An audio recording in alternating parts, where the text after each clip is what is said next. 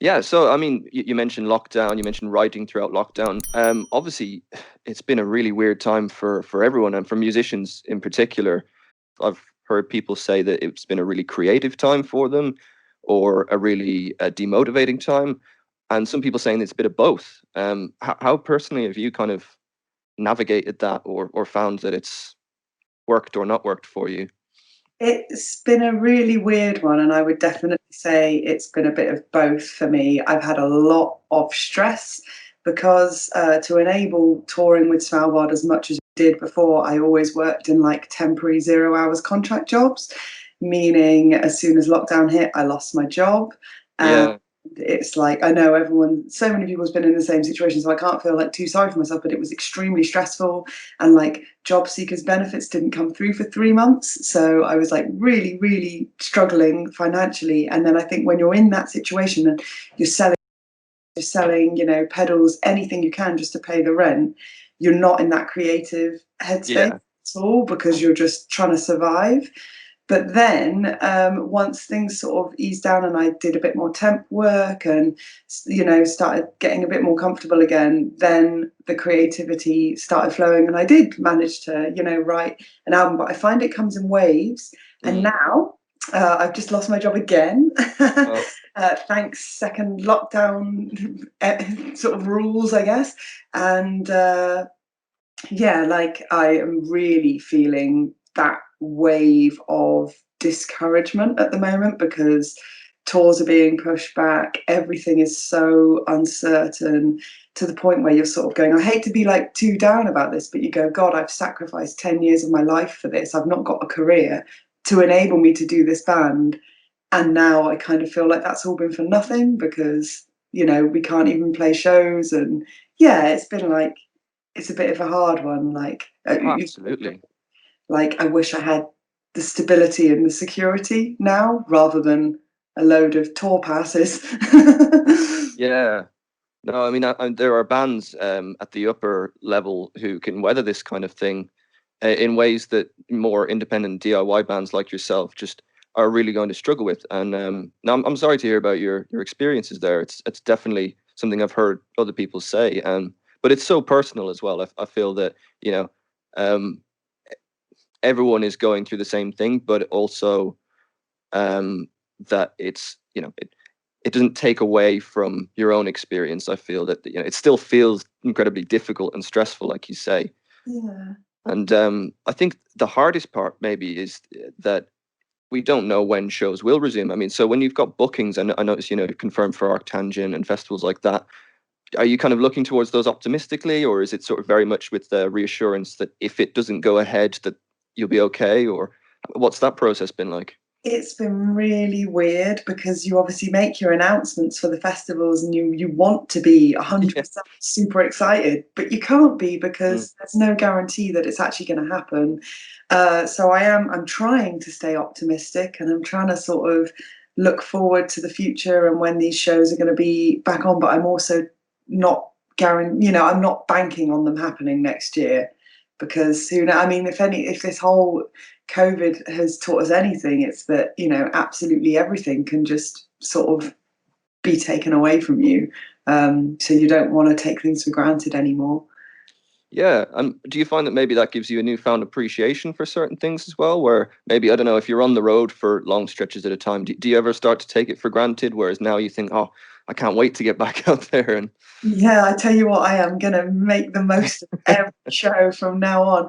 Yeah, because sometimes, we did a lot of touring last year and we were on tour this time last year. Thanks, Facebook, for reminding me that. oh, And I remember at the time sort of being like, oh, my throat's really sore. I'm tired. I just want bed and everything, my own bed. And now I'm just like, no, God, I would absolutely kill to be back out there. And like, I think, you know, that's one thing I keep reminding myself is it's not going to be forever. And when those shows can return, just think of like how special that's going to be. absolutely. Yeah. I mean, I think music fans and musicians alike, we're all desperate to just get back to that first show and just party and enjoy it. Um, and I mean, it's been additionally stressful given the kind of maybe the government's response and the maybe the global response. Certain countries doing better than others, I feel, in terms of supporting the arts. But it must be very difficult to try and stay optimistic when you see that it doesn't feel like there's much of a kind of a value placed on music in particular, and venues closing left, right, and center. And This is something I've struggled with in the last sort of month, is basically feeling worthless and feeling like worthless to society. And every day at the moment, I wake up to 10 rejection emails for jobs, you know, telling me that I don't have any relevant skills. And, you know, seeing obviously the campaign and insistence from the government to retrain and basically give up any artistic dreams, it makes you feel stupid. And I don't know where this mentality in the UK comes from, that music is something you should grow out of, or music is something that you shouldn't take seriously, and you know, give up on that silly guitarist dream and work in a bank, like that's more respectable or something. But it really does, it makes you feel like, yeah, like you're not worth anything in the UK society. And then add into the fold the whole Brexit thing, which is really going to damage touring. So even when we can tour again, European tours are going to cost us a fortune in visas and tax for merch now. That it's really hard, to be totally honest with you, it's really hard not to feel completely defeated by the whole thing and just go, okay, right, that's it. Sell my guitars, go and work in Halifax. Yeah, of course. It's I suppose very much a two-pronged sword. You've got that passion that's keeping the music alive, but equally your passion is maybe beset by all of these external factors. I was following the Brexit situation closely. You know, I have friends whose tours are going to be affected by things like that, and it was, you know, it was weird to get personal accounts of what they think it's going to be like and stuff, because you hear a lot in the news and you hear a lot of back and forth from lay people on Facebook and what have you, but until you hear from musicians how it's going to affect them, you don't really grasp the situation. And it's just been a very weird time. Looking forward to what will the future of music be.